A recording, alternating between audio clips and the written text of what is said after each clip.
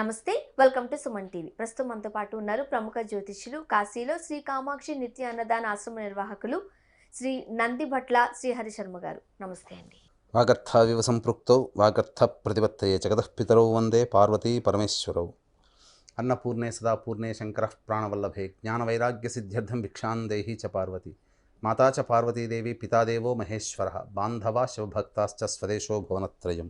సదాశివసమారంభాం శంకరాచార్య మధ్యమాం అస్మదాచార్యపర్యంతం వందే గురుపరంపరాం. ఆదిత్యాయ చ సోమాయ మంగళాయ బుధాయ చ గురుశుక్రశనిభ్యశ్చ రాహవే కేతవే నమః. శృంగేరి జగద్గురు పీఠాధిపతులు శ్రీ శ్రీ శ్రీ భారతీ తీర్థ మహాస్వాముల వారికి, శ్రీ శ్రీ శ్రీ విధుశేఖర భారతీ తీర్థ మహాస్వాముల వారికి, కంచి కామకోటి పీఠాధిపతులు శ్రీ శ్రీ శ్రీ విజయేంద్ర సరస్వతి మహాస్వాముల వారికి ప్రణామములు తెలియజేసుకుంటూ కార్యక్రమాన్ని ప్రారంభిద్దాం. ముకుందా జ్యువెలర్స్ తెలంగాణలో మొట్టమొదటి ఫ్యాక్టరీ అవుట్లెట్ మన కొత్తపేటలో ఫిబ్రవరి 14న గొప్ప శుభారంభం. నమస్తే గురుగారు. ఫిబ్రవరి 15 లేకపోతే 16న రథసప్తమి ఎప్పుడు చేసుకోవాలి అనేది భక్తుల్లో ఒకలాంటి సందిగ్ధత ఏర్పడిందండి. రథసప్తమి ఎప్పుడు వచ్చింది? 15న 16న? రథసప్తమి మాఘశుద్ధ సప్తమి తిథి రోజున మనం జరుపుకునేటువంటి పండుగ రథసప్తమి. అయితే ఈసారి 15వ తారీఖు ఉదయం 8 గంటల తర్వాత సప్తమి తిథి ప్రవేశిస్తుంది.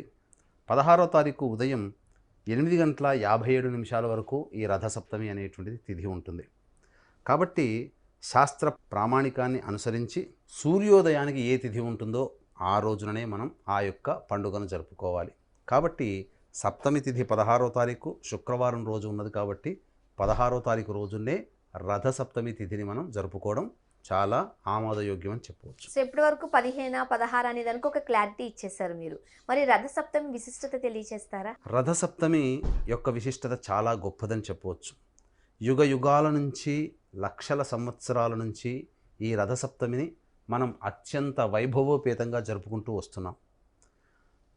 ఉదాహరణకు మనం చెప్పుకోవాలనంటే ఈ ప్రపంచమంతా కూడాను విస్తరించినటువంటిది మన సనాతన ధర్మం. అందుకే మెసపటోమియా నాగరికత, ఈజిప్ట్ నాగరికత, వీటన్నిటిలో కూడా సూర్యారాధన తెలియచేసినటువంటి ఆనవాళ్ళు మనకు పురావస్తు శాఖ వారు ద్వారా మనకు తెలియజేయబడుతున్నాయి.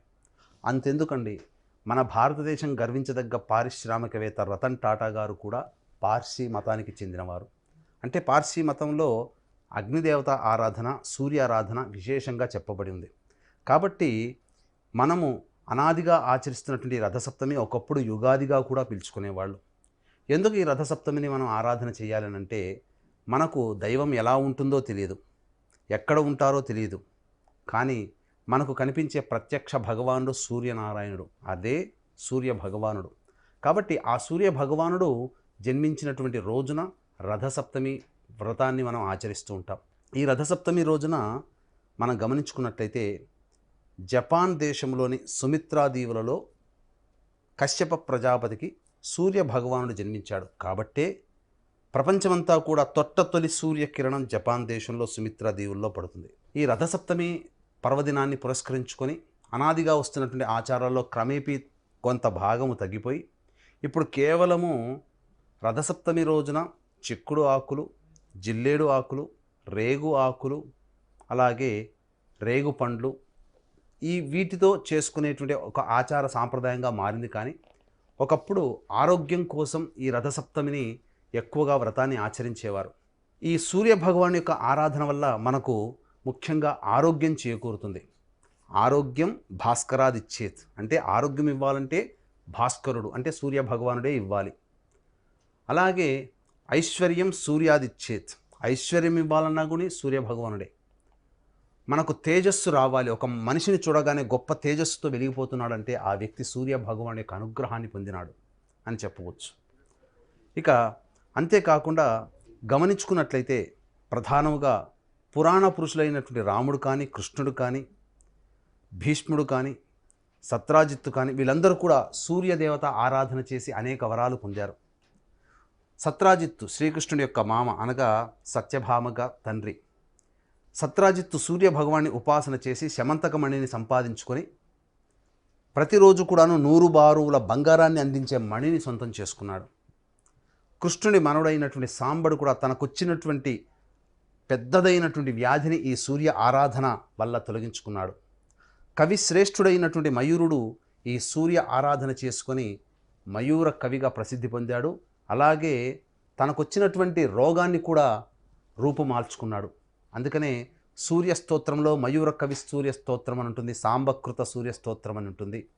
అలాగే రాముల వారికి కూడా రావణ భీకర యుద్ధంలో రాముడు అలుపెరగకూడదనే ఉద్దేశంతో అగస్త్య మహాముని స్వయంగా ఆ యుద్ధ క్షేత్రానికి ప్రవేశం చేసి ఆదిత్య హృదయాన్ని ఉపాసన అందించాడు.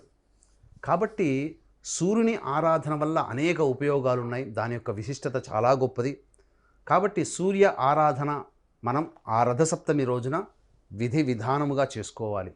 సూర్య ఆరాధన చేసేటువంటి ఆ రథసప్తమి రోజున మానవులు ఎవ్వరూ కూడా మద్యము మాంసాహారము ఆ 16వ తారీఖు రోజున భుజించకూడదు.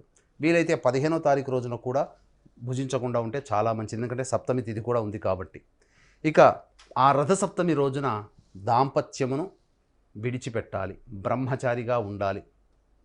ఇక నూనె రాసుకోవడము, గోళ్ళు కత్తిరించుకోవడము, హెయిర్ కటింగ్ చేసుకోవడం, గడ్డం చేసుకోవడం ఇలాంటివి చేయకూడదు.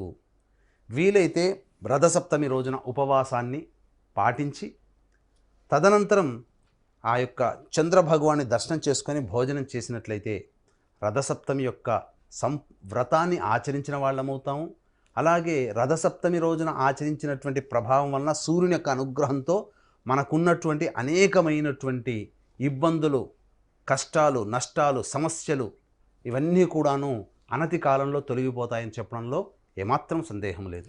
అలాగే వీక్షించేటువంటి ప్రేక్షకులు మహాశివరాత్రి సందర్భంగా కాశీక్షేత్రంలో నిరంతరము కూడా ఈ యొక్క అన్నదానం జరుగుతుంది. శ్రీ కామాక్షి నిత్యాన్నదాన ఆశ్రమం ద్వారా మీ పెళ్లి రోజున కానీ, మీ పుట్టినరోజున కానీ, మీ యొక్క స్నేహితులతో, బంధువులతో మీ ఆనందాన్ని పంచుకోవడంతో పాటు కాశీలో ఉన్నటువంటి శివబంధువులతో కూడా మీ ఆనందాన్ని పంచుకోదలిస్తే అన్నదానం కోసం కార్యక్రమం తదనంతరం కాంటాక్ట్ చేయవచ్చు. అలాగే సంబంధించినటువంటి మార్చి 8, 9 తేదీలో మహాశివరాత్రి సందర్భంగా కాశీక్షేత్రంలో శతరుద్రయ పారాయణం, ఈశ్వరానుగ్రహం కోసం మహాశివరాత్రి సందర్భంగా శతరుద్రయ పారాయణం, విద్య, వివాహం, ఉద్యోగం, దాంపత్యం, సంతానం, అనారోగ్యం వంటి అన్ని రకాల సమస్యల నివారణకి 21 హోమాలు మహాశివరాత్రి సందర్భంగా కాశీక్షేత్రంలో జరపబడుతున్నాయి. కాబట్టి గోత్రనామాల నమోదుకు కార్యక్రమం తదనంతరం కాంటాక్ట్ చేసి పూర్తి వివరాలు తెలుసుకోవచ్చు. గురువుగారు, రథసప్తమి విశేషాలు, ఆ రోజు ఖచ్చితంగా పాటించాల్సిన నియమాల గురించి వివరంగా తెలియజేశారు. ధన్యవాదాలు. సర్వం శ్రీ ఉమామహేశ్వర పరబ్రహ్మార్పణమస్తు.